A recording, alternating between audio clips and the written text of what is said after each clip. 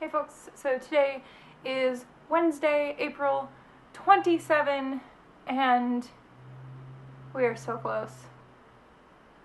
We're so close to the end of VEDA, guys. I think we just might make it out of this alive. But there are still a couple more days to go, a couple more things to talk about, and of course, many ideas for the future. Today I'm going to talk a little bit about personality types and quizzes and stuff like that. I'm sure many of you are familiar with the Myers-Briggs personality test, and I'm going to talk a little bit about my scores and the personality test in general. I always tend to take any test that I take on the internet with a grain of salt.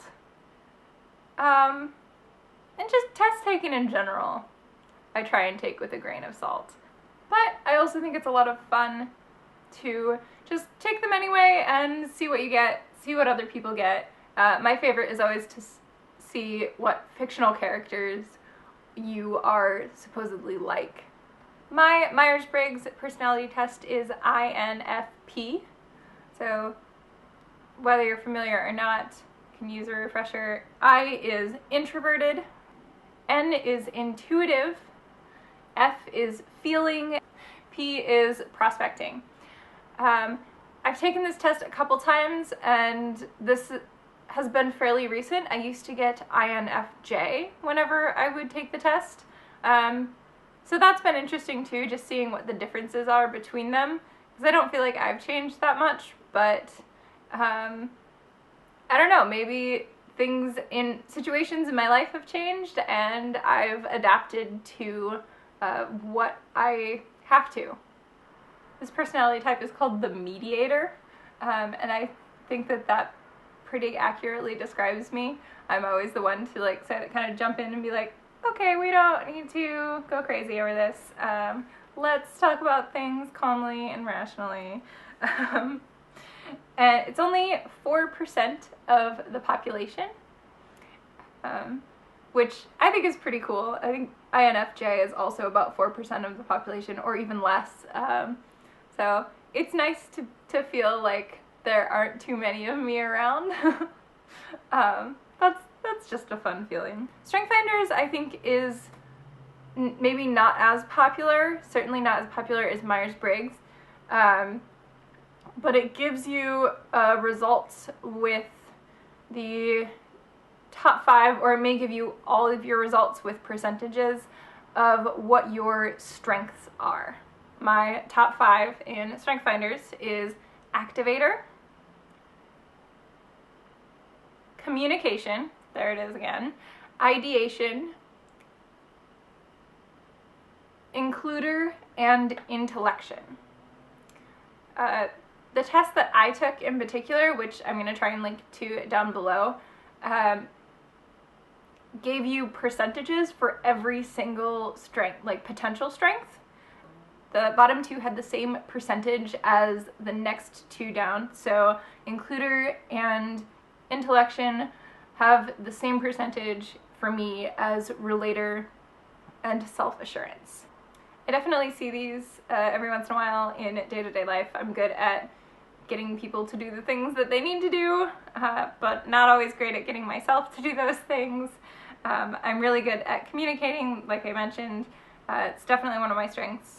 I'm good at coming up with ideas, not always at following through. I'm good with including people, and intellection, I think, isn't necessarily an indicator of me being smarter than people, but just me taking more time to think about things, even if they don't necessarily have a logic or a practical application to my own life.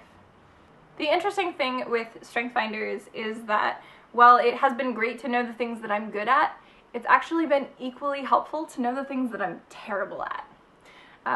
Like I mentioned, the test that I took included percentages for every single potential strength, and at the very bottom of that list was woo, which is winning over others, and competition.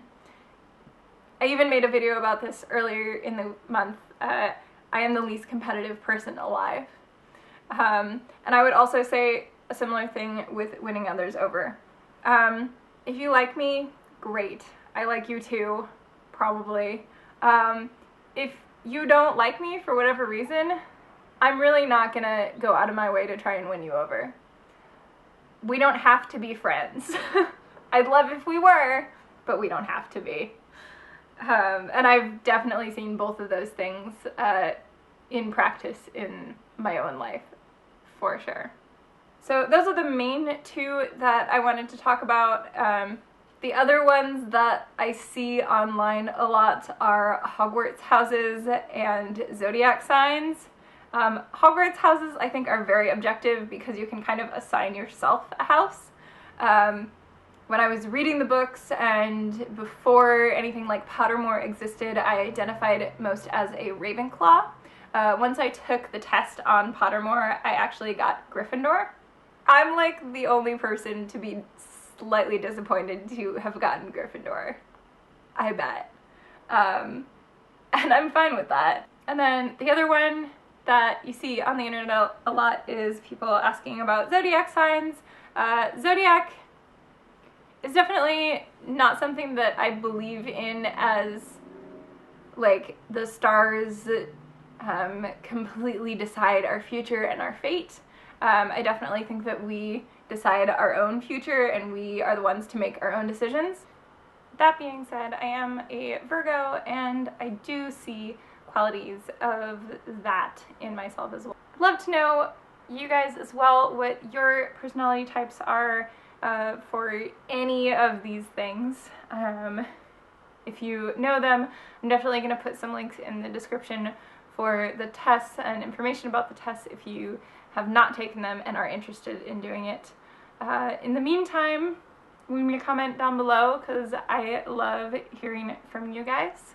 I hope you get a chance to do something you love today. You've had a great day today. I'll post two links over here. So up here we'll do yesterday's video, and then down here the one where I talk about how I'm the least competitive person alive. So both semi-related to personality type stuff over here on the sidebar. Bye guys, see you tomorrow.